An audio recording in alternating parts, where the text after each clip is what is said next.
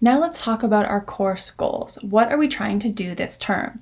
As UBC has stated, this new course asks how COVID-19 is impacting society, and there has been lots of rich discussion and debate about this question. This course will address these debates and so much more. This course will prepare you to understand your own COVID experiences in their larger social and historical context, and to appreciate the unique and diverse experiences of other people in different parts of the world under COVID.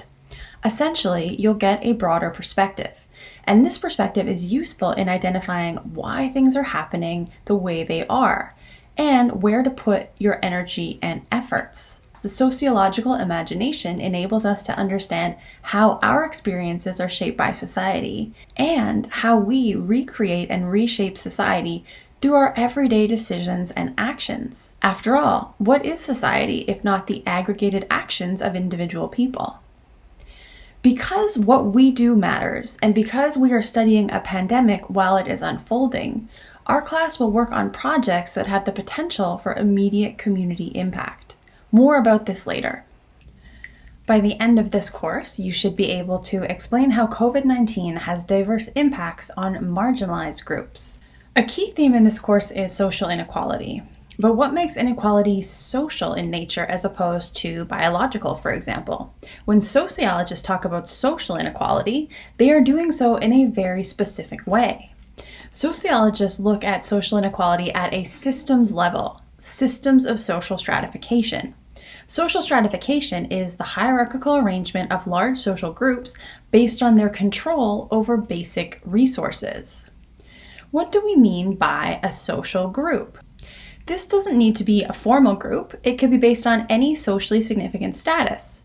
Let's think about age. Children tend to have different rights and resources than adults, and this is often encoded in law, like the right to vote.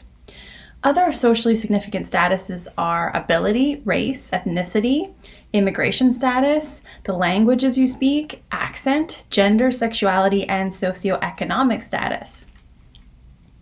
Resources are anything valued in the particular society under study. So what might these be in Canada? This could be money, which we'd need to break down not just by income, but by wealth, which could include assets like property. We would also include education as a resource, your social networks, who you know and who the people you know, your status, and the influence you have over others would also be basic resources. All societies throughout human history have had social stratification. This is nothing new. Stratification is indeed a universal but variable feature of human social organization. What differs is the basis for this inequality. In other words, what exactly is unequal, as well as how much, the degree of inequality, and the way it is justified. The commonly accepted myths that make the inequality seem somewhat legitimate or acceptable. If you want to know what the myths are that you have learned, think about what crosses your mind when, let's say, you pass a person living on the street. How do you explain to yourself why they are there? Why might it be okay to walk past them, perhaps without making eye contact even? We are going to ask how COVID interacts with systems of stratification. How has COVID affected social inequality? And how has social inequality informed the spread of COVID? In other words, how has this pandemic exacerbated, exposed, and even altered the way basic resources are hierarchically arranged between social groups? And what are some potential solutions or interventions? Because social stratification is a trait of society, systems of stratification exist before people fill these systems. For example, jobs for low-wage frontline COVID workers and CEOs exist before any individual worker fills them. So why is there a picture of a boat on this slide? Because I am going to talk about the Titanic. In 1912, when the Titanic sunk, over 1,500 people died and 705 survived. Did you know this survival rate was organized based on a particular social grouping? This grouping was passenger class. In first class, 62.5% of people survived. First class passengers had cabins away from the bottom of the ship, where water entered First, they were at the top of the ship with the best views. First-class passengers were able to get out onto the decks more quickly and were able to make it aboard the lifeboats. In the coach class, only 27% of people survived.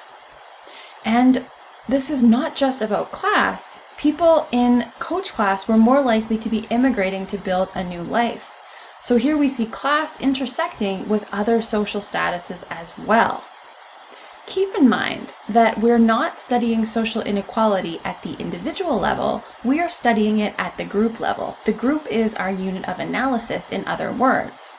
So in my analysis, I'm not asking about the swimming level or motivations of each individual person on the Titanic. The good news is that if a form of inequality is rooted in societal organization, in how we structure our communities, our countries, or even just our boats, then this means there is potential for social restructuring.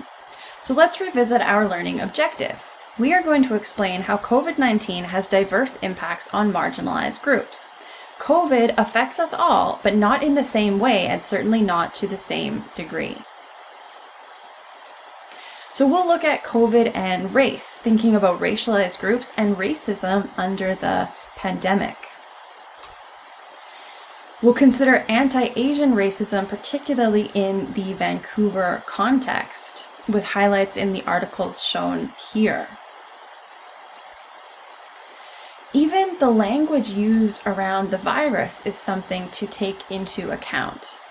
How this symbolic communication can inform our perspective and ultimately inform racist discourse.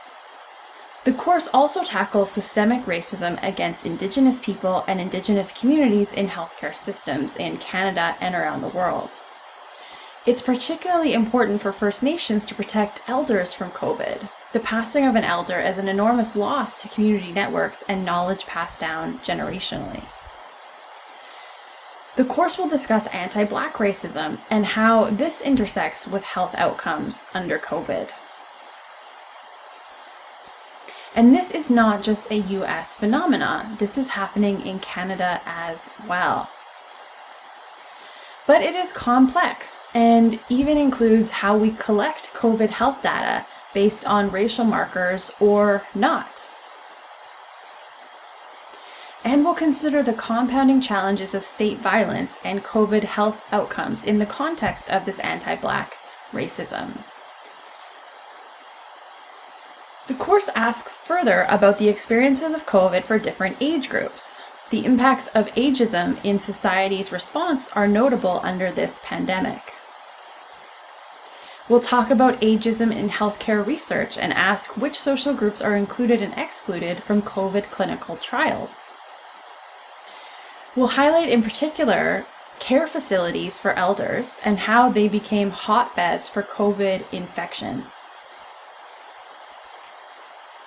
We'll discuss COVID and socioeconomic status, how COVID plays out in ways organized by class. We see here people in lower income households are at higher risk of serious illness if infected with coronavirus.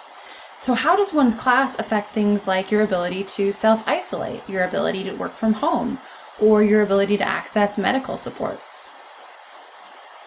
We'll talk about COVID and gender. Why does it matter that women and racial minorities are overrepresented as frontline workers? We'll consider the experiences of the LGBTQ2SI+ community under COVID, especially how sexuality and gender identity intersect with COVID healthcare access and treatment.